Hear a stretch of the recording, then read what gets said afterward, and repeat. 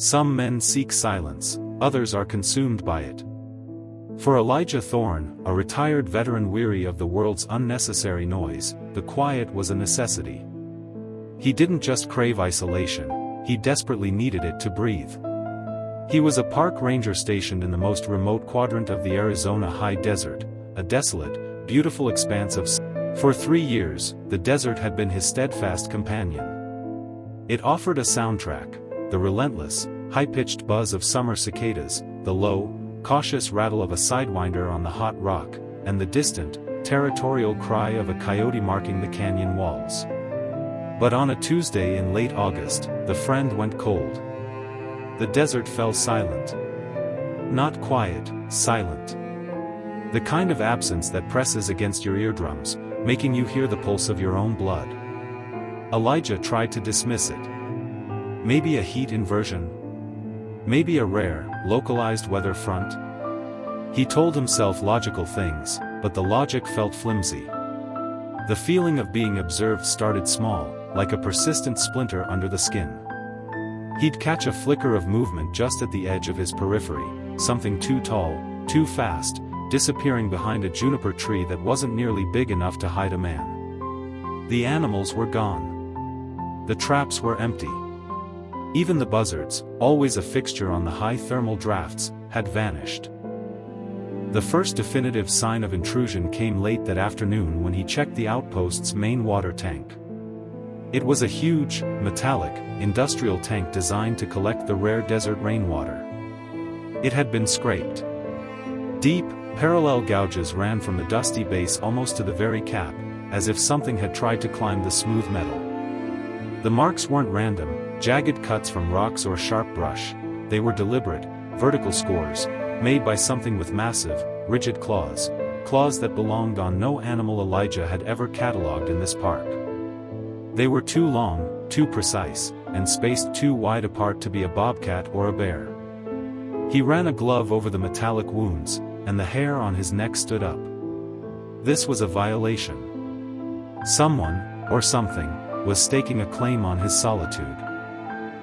Elijah stayed awake that night. The heat of the day broke, replaced by a cold dread that had nothing to do with the temperature. He was sitting alone, his old .30-30 rifle cleaned and ready beside him, when he heard a voice. It was faint, muffled, coming from the absolute pitch darkness beyond the single beam of his porch light. "Elijah? Open up, son. It's old Ben. My truck broke down miles back. I need water, and my hip is seizing up." Elijah froze. Ben was the nearest rancher, a kind man in his 70s, but meticulous about routine. He would never, ever travel this deep into the preserve after dark. It was unthinkable. "Ben, that you? How'd you get out here in this heat?" The voice outside shifted instantly. It lost the old man's characteristic gravelly texture, gaining a sharp, almost childlike cadence, a voice Elijah didn't recognize, but one calculated to elicit pure, panicked compassion. "I'm scared, Ranger. I got separated from my parents on the trail. The coyotes are out there. Please, mister. Let me in, please." It was chilling. The voice was perfect, the pleading pitch heartbreaking. But Elijah knew two things: there were no hikers and certainly no children for 50 miles. And coyotes never sounded like that. He jammed a thick piece of wood beneath the door handle, praying the old latch would hold against something heavier than human strength. Elijah stayed awake that night. The heat of the day broke, replaced by a cold dread that had nothing to do with the temperature. He was sitting alone, his old .30-30 rifle cleaned and ready beside him, when he heard a voice. It was faint, muffled, coming from the absolute pitch darkness beyond the single beam of his porch light. "Elijah? Open up, son. It's old Ben. My truck broke down miles back. I need water, and my hip is seizing up." Elijah stayed pressed against the wall. The voice outside continued its work, shifting and testing. "Why are you hiding, Elijah? You belong out here with me. "Come outside and see what I've become. It's magnificent." The silence that followed this mockery was shattered not by a voice, but by sound alone. A heavy thud against the outside wall, followed by the sickening, wet-sounding crunch of something tearing at the porch railing. The shack groaned, shuddering as the impact settled. He could smell it now, a mix of wet, matted fur, metallic iron like stale blood, and a foul undercurrent of musk and decaying sagebrush. It was close. Too close. Then came the scraping. It wasn't on the door or the window. It was on the metal roof directly above him.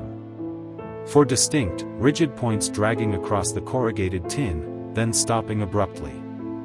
He imagined it crouched there, its massive, muscled weight settling the sheets of metal down onto the wooden rafters. He could hear its breathing, a deep, rasping inhalation, far too loud and too close. It sounded like an animal, but the rhythm was somehow intentional, almost intelligent. Elijah remembered an old story, a stark warning told by one of the elders who visited the park years ago. A man who spoke only in parables and warnings, a skinwalker will always call 3 times with a human voice. It must test your kindness. If you answer the 4th, you belong to it. He focused on the sounds, separating the attempts at trickery from the genuine terror. He counted the human mimicking attempts, old Ben. The little girl. His own mocking voice. That was 3. The shack fell into a silence worse than the initial clicking. And then came the 4th sound. It wasn't a voice this time. It was a dog.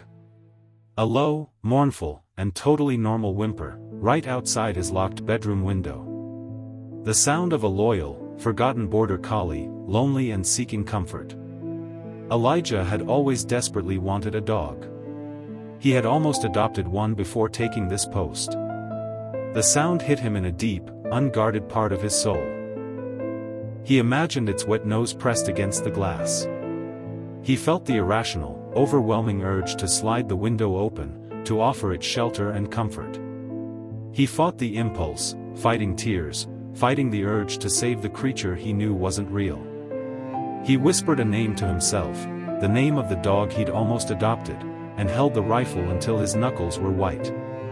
The dog whined one last time, a heartbreaking, fading sound, and then was gone. Elijah knew he had survived the final test, but the thing outside knew his deepest desire now. Elijah knew he had to escape now. The thing outside had exhausted its tests and now understood his vulnerabilities. He scrambled away from the door, moving toward the small, single-pane window at the back of the shack.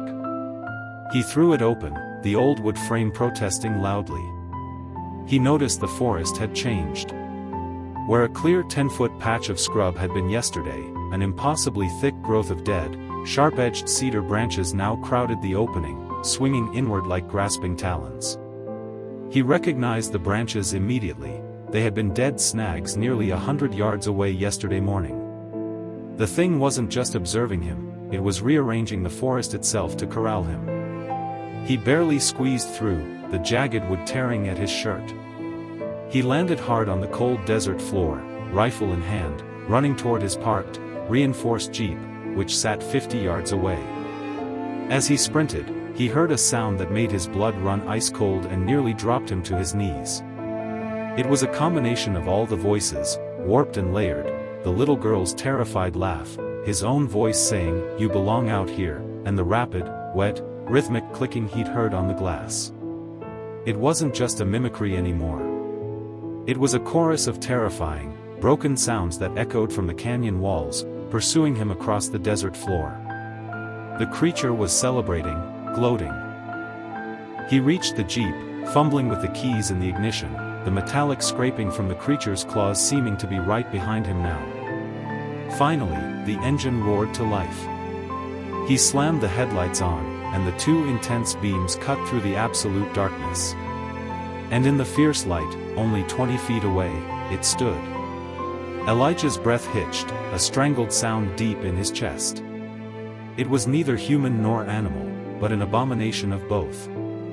A gaunt, skeletal frame stretched into a height of nearly 10 feet, covered in patches of patchy, coarse black and gray fur that looked diseased. Its movements were fluid and terrifyingly fast, but inherently wrong, the way a person tries to move a limb after a deep, agonizing injury. Its eyes were the worst. They were huge, black, and completely empty, not glowing, but reflecting the light like dark pools that absorbed and nullified everything they looked upon. Its limbs were impossibly long, ending in razor-sharp claws, still damp with what looked like fresh blood. The face was a horror show, a coyote's snout pulled back over a pronounced human skull, revealing too many teeth, all uneven and yellowed. The sound it finally made was not a word or a mimicry, but a raw, guttural, rasping inhalation, like a bellows drawing in air, and a terrible, clicking noise deep in its throat. It was preparing to take the first, final step. Elijah didn't fire the rifle. His mind screamed that any noise, any confrontation, would only strengthen the thing. He slammed the Jeep into reverse, then into drive, not aiming for the gentle curve of the dirt road, but driving straight through the thickest brush, smashing small trees and rocks. He had to get out of the direct line of sight. He didn't look in the rearview mirror. He couldn't. He only heard the creature's final sound, a screaming, broken mockery of a laugh that chased the Jeep for miles, echoing off the canyons. It was the sound of a predator that had missed its meal, but knew exactly where its prey was headed. He drove until the sun began to paint the sky orange, until the dark shapes of the mesas gave way to the hazy outline of distant hills, and until he hit the first smooth, paved highway. He drove until the gas tank was nearly dry, only stopping at a brightly lit, sterile gas station near the interstate, a place where the fluorescent lights promised safety. He walked into the convenience store, a man covered in sweat, dirt, and ripped fabric, and bought 3 things: water, cheap coffee, and a disposable satellite phone. He called his superiors. He didn't try to tell them the full truth, not about the claws or the voices. He simply reported a severe, escalating threat from a large, aggressive predator, a territorial bear, maybe, or a rogue mountain lion, and insisted his post was compromised. His story was met with mandatory stress leave papers and a quiet transfer to a coastal state park. They couldn't prove his story was real, but they couldn't risk the lawsuit if it was. Elijah Thorne never returned to the high desert. The outpost was quietly abandoned, a property write-off. He lives in a cramped apartment now, far from the silence. He's surrounded by the dull, comforting noise of traffic, sirens, and neighbors arguing about television. He should feel safe, surrounded by people and noise, but he can't escape. The psychological toll is absolute. He refuses to look at mirrors for longer than a second, terrified of what might be looking back at him. He never answers an unexpected knock, and he speaks only in low whispers, terrified that his voice might be heard and perfectly recorded. He knows that whatever it was, that Skinwalker, that eater of solitude, didn't just want his body or his soul. It wanted the beautiful, pristine isolation he once cherished. And it has claimed that place as its own. Sometimes, late at night, when the city noise fades just right, he hears it. Not the voice of Ben, or his own mocking tone, or the dog. He hears the faint, rhythmic clicking, emanating not from the outside world, but from the deep, newly opened silence in his own mind. He knows it is waiting for the one night he is truly alone, and truly quiet.